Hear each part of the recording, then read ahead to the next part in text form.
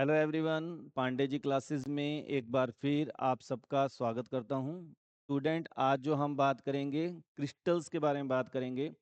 और फिर उसी के बाद जैसे मैं पहले आपको बता देता हूं कि क्रिस्टल होते क्या हैं, और उसके बाद हम बात करेंगे क्रिस्टल के ऊपर कैसे क्वेश्चन आते हैं। जो आजकल आपको पता है केमिस्ट्री के प्रैक्टिकल चल रहे हैं, तो टीचर किस किस टाइप से क्वेश्चन यहाँ पे पूछ सकता है और उनके क्या आंसर हैं, वन बाय वन मैं हर एक को क्या है डिटेल में आपको एक्सप्लेन करता जाऊँगा यहाँ। तो इनके बाद हम क्वेश्चंस के बारे में बात करेंगे, मगर सबसे पहले हमें ये पता होना चाहिए क्रिस्टल होते क्या हैं, लैब में क्रिस्टल्स को बनाया कैसे जाता है, किन किन प्रिकॉशंस को ध्यान रखा जाता है। तो पहले हम वो सीख लेते हैं। तो जैसा कि मैं आपको एक बात करूं, पहली बात तो क्रिस्टल्स क्या होते हैं बेटा। क्रिस्टल रेगुलर फॉर्म होता है, यानी जब हमारे पास कोई सॉलिड होता है उसमें जो कॉन्स्टिट्यूएंट पार्टिकल हैं, जैसे मान लो मैं कहता हूँ NaCl है, तो NaCl के क्रिस्टल में सोडियम और क्लोरीन आयन की जो पोजीशन होती है एक तो फिक्स होती है। सोडियम आयन कहाँ पड़े होते हैं, क्लोरीन आयन कहाँ पड़े होते हैं, एक रेगुलर अरेंजमेंट में होते हैं। तो जहाँ पे कॉन्स्टिट्यूएंट पार्टिकल का एक रेगुलर अरेंजमेंट होता है उन्हें हम क्रिस्टल्स बोलते हैं, और अगर इरेगुलर अरेंजमेंट है तो हम उसको एमोर्फस बोलते हैं।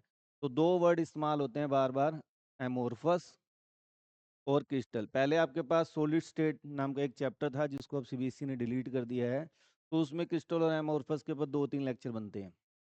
मैं आपको क्विक में बता देता हूँ, बेसिक जो आपको समझ आ जाए। मान लो ये एक कमरा है, मैंने उस पूरे कमरे को ब्लैक और वाइट बॉल लेके आया हूँ खूब सारी, और मैंने इस कमरे में फेंक दी सारी की सारी, तो क्या होगा, रैंडमली बुक्स बॉल्स क्या हो जाएंगी, अरेंज हो जाएंगी, कहीं ब्लैक ब्लैक फिर वाइट फिर ब्लैक फिर वाइट।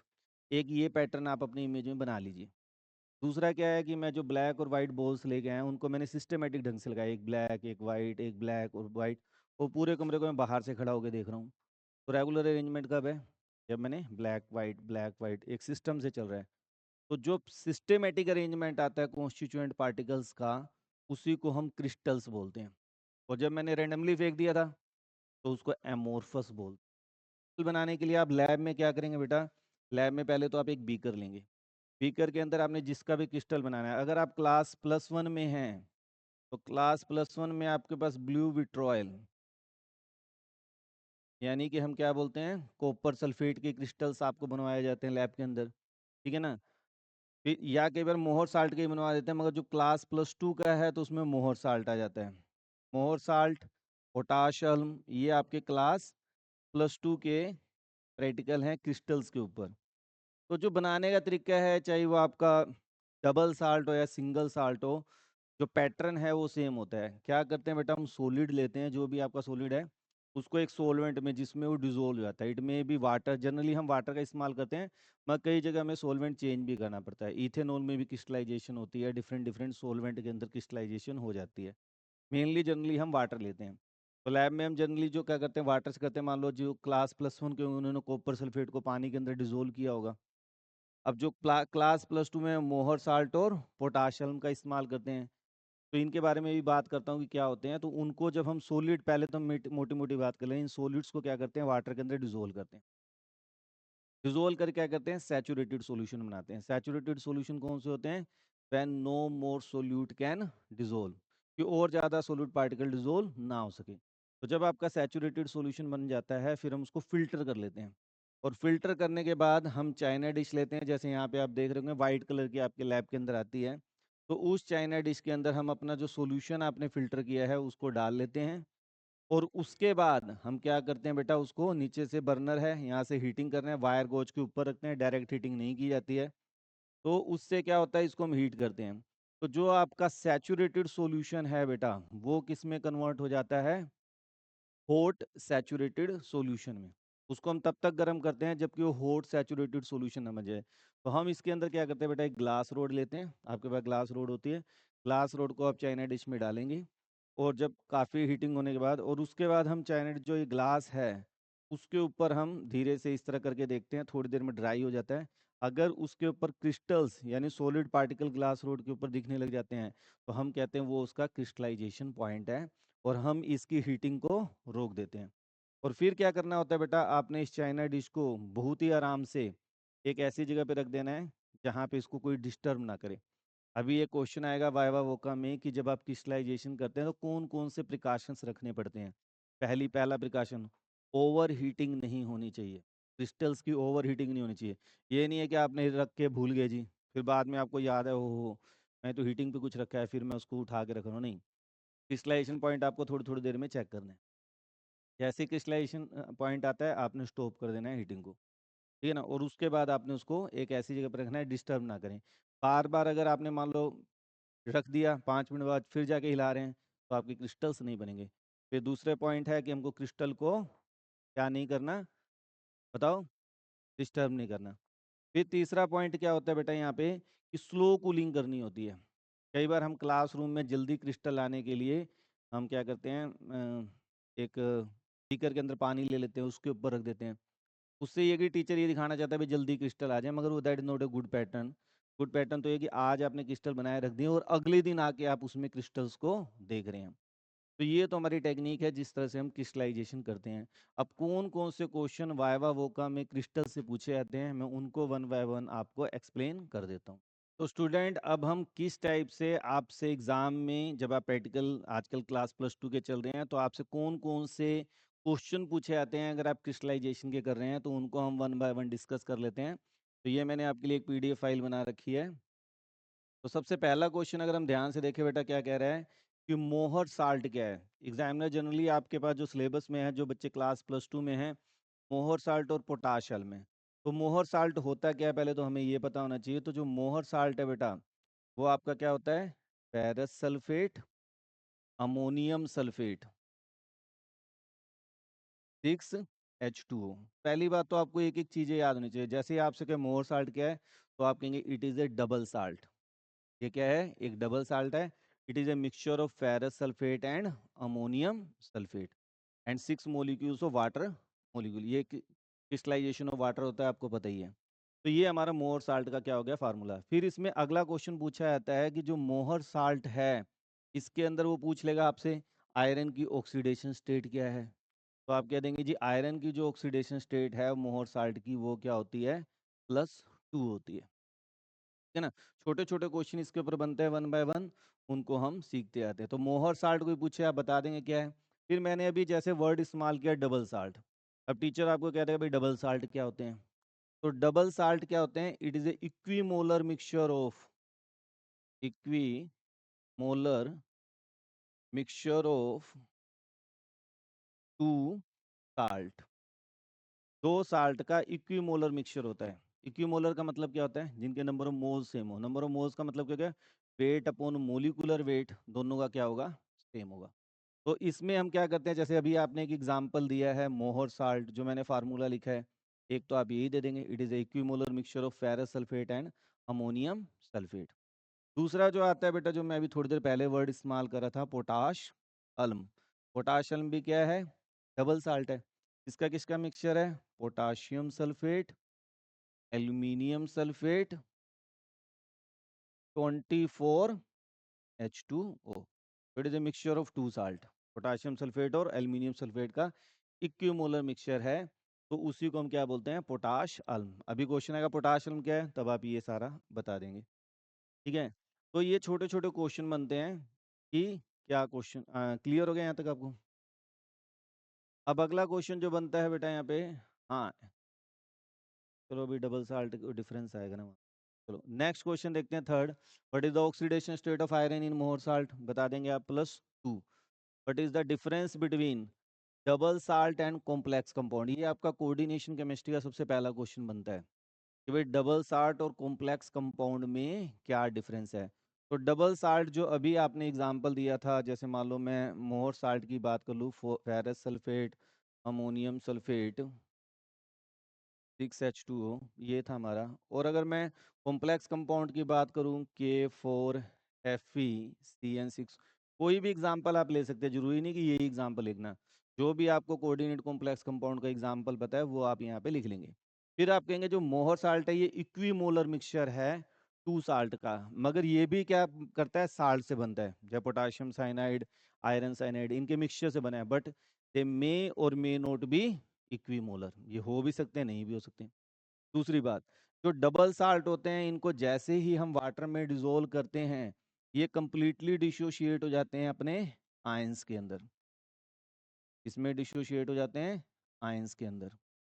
मगर जो आपका कॉम्प्लेक्स कंपाउंड है, कॉम्प्लेक्स कंपाउंड में जो आपका कोऑर्डिनेशन स्फीयर, इसको कोऑर्डिनेशन स्फीयर बोलते हैं, इसको काउंटर आयन बोलते हैं, इनके बीच में केवल डिसोसिएशन होती है। ये किसमें टूटेगा? 4K positive Fe3n6 4 negative. यानी जो चीज स्क्वायर ब्रैकेट के अंदर लिखी है वो डिसोशिएट नहीं होती। It does not completely dissociate into its ion. यहाँ पे केवल एक आयनिक बॉन्ड किसके बीच में होता है? जो चीज बाहर पड़ी है और जो कॉम्प्लेक्स स्फीयर में, इनके बीच में आयनिक बॉन्ड होता है। यहाँ पे जो चीज पड़ी है मेटल, आयरन और साइनाइड के बीच में कोऑर्डिनेट बॉन्ड है। It does not dissociate into its ion. अगर ये क्या होता है? कंप्लीटली डिसोशिएट हो। तो यहाँ पे देखा जाए तो जो आपका मोहर साल्ट है या पोटाश अम्ल है वो अपनी आइडेंटिटी लूज कर देते हैं, आयंस में टूट जाएगा। मगर यहाँ पे इसकी जो कॉम्प्लेक्स कंपाउंड जो है, कॉम्प्लेक्स फेयर है, उसकी आइडेंटिटी लूज नहीं होती। That is the basic difference between double salt and coordinate salt. ये आप एग्जांपल दे देंगे।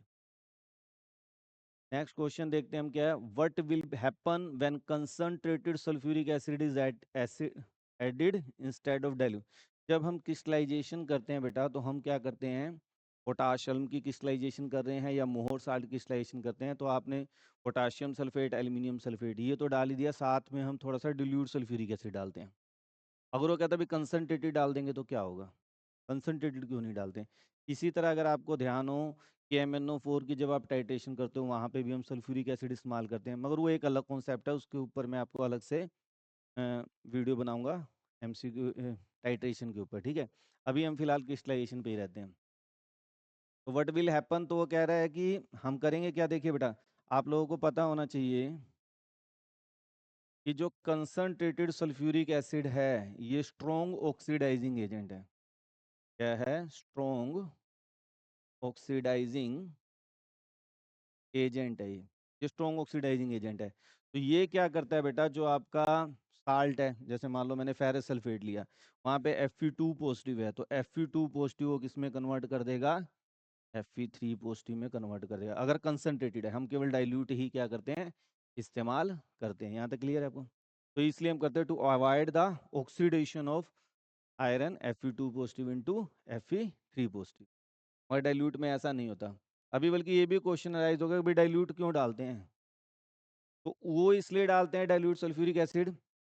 पोटाशियम की बात करें उसमें एल्यूमिनियम सल्फेट है। क्या है? एल्यूमिनियम सल्फेट है। और यहाँ पे आपके पास फेरस सल्फेट है। अब फेरस सल्फेट फेरिक सल्फेट में कन्वर्ट हो सकता है, ठीक है ना। अगर इसके हाइड्रोलिसिस करे, वाटर डाले, तो ये फेरिक हाइड्रोक्साइड में कन्वर्ट हो जाएगा, फेरस सल्फेट। तो avoid the hydrolysis of ferrous sulphate and aluminium sulphate, हम डाइल्यूट सल्फ्यूरिक एसिड डालते हैं।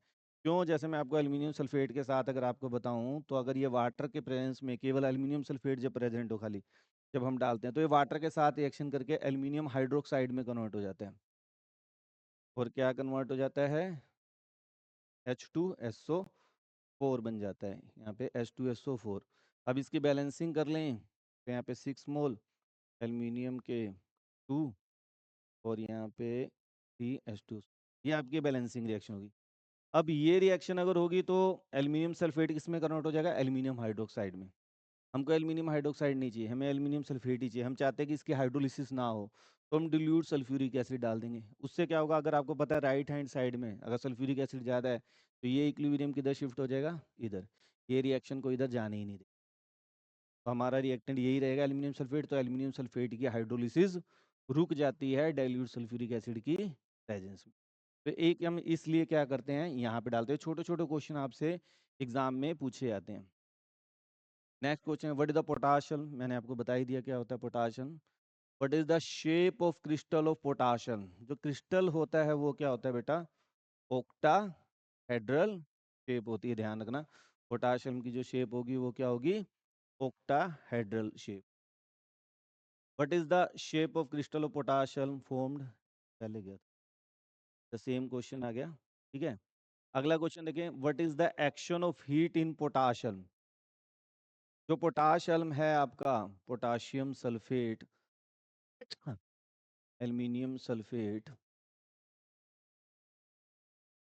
24H2O, वो कहता है इसको हीट करते हैं तो क्या होता है? इसके ऊपर बहुत डिफरेंट डिफरेंट टाइप का इफेक्ट पड़ता है। वो कहता है इसको हम अगर स्लो हीटिंग करते हैं तो क्या होता है, जो इसके अंदर वाटर मोलिक्यूल है उसके अंदर ये क्या हो जाता है, डिजोल्व हो जाता है फर्स्ट में। तो फर्दर हीटिंग करते हैं, वाटर मोलिक्यूल इवेपोरेट होने शुरू हो जाते हैं। और फर्दर हीटिंग करते हैं तो सल्फ्यूरिक एसिड बाहर निकल जाता है। और फर्दर हीटिंग करते हैं तो एंड में जब बहुत ही एंड्स कर लेते हैं तो इसमें एक तो बनता है एल्यूमिना Al2O3, और पोटाशियम सल्फेट केवल आपका एंड में बच जाता है। ठीक है ना। मेनली तो आपको अगर वन वर्ड जवाब देना है तो आप केवल यही कहेंगे कि जब हम इसको हीट करते हैं थोड़ा बहुत, तो ये क्या करता है, जो इसके बाद 24 वाटर H2 मोलिक्यूल है उसी के अंदर ये साल्ट क्या होता है, डिजोल्व हो जाता है। ठीक है, तो that is the effect of heating. Next हम बात करते हैं why sulphuric acid added during the preparation of potassium. मैंने आपको बता दिया, एल्यूमिनियम सल्फेट की हाइड्रोलिसिस को स्टॉप करने के लिए, ताकि उसकी हाइड्रोलिसिस ना हो। What are the uses of potassium. अब पोटाशियम में आपको पता होगा, उसी को हम देसी लैंग्वेज में क्या बोलते हैं, फिटकरी। हमारे घरों में इस्तेमाल होती है, कोई कट लग गया कुछ लग गया तो एज ए एंटीसेप्टिक हम वहाँ पे लगा देते हैं। है ना। पुराने टाइम में जब कहीं शेविंग कराने जाते तो फिटकरी का इस्तेमाल करते हैं। आजकल आफ्टर शेव लगा दिया जाता है, मगर पहले के टाइम में फिटकरी लगाया जाता था। उसके बाद अगर हम बात करें और कहाँ पे इस्तेमाल होता है, टू प्योरीफाई द वाटर।